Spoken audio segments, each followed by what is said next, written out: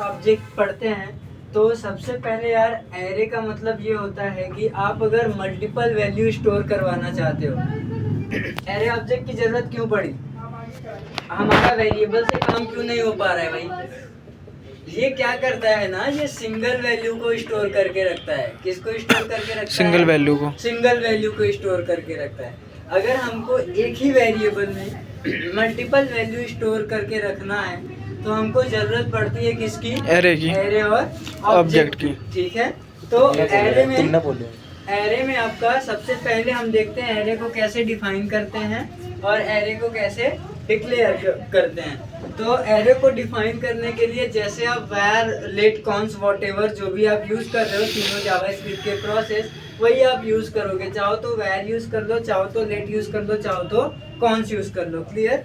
Now वैर ए equal to, हमने इसके अंदर वैल्यू लिखी कुछ 10, 20, 30, 40 और 50। समझ आया?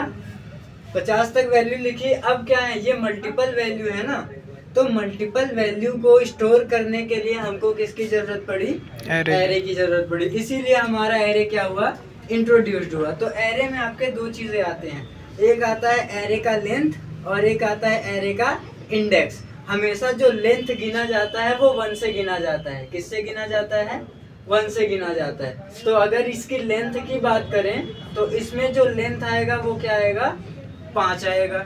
समझ आया? और इंडेक्स जो गिना जाता है वो कहाँ से गिना जाता है? 0 से गिना जाता है। कहाँ से गिना जाता है? 0 से गिना जाता है। और इसका जो इंडेक्सिंग आएगा वो 0 से लेकर 4 तक आएगा। तो ये जो होता है, ये आपका इंडेक्सिंग जब भी स्टार्ट होती है 0 से होती है, लेंथ जब भी स्टार्ट होता है कहाँ से होता है? 1 से होता है, राइट? तो एरे को डिफाइन करने के लिए क्या जरूरत पड़ती है हमको?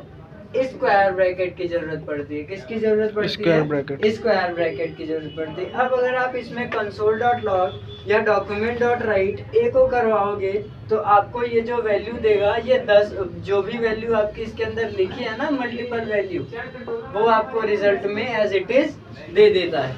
इतना कहानी क्लियर?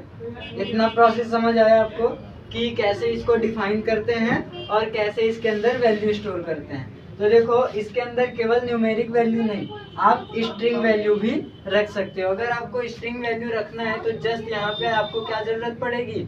डबल स्ट्रिंग की जरूरत पड़ेगी। ये एक वैल्यू हो गई।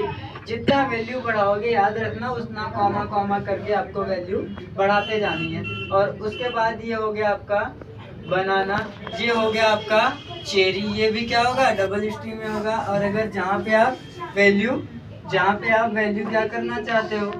बंद करना चाहते हो, राइट? वहाँ पे आप स्क्वायर ब्रैकेट को बंद कर दोगे और उसके बाद कॉमा नहीं लगाओगे। क्लियर?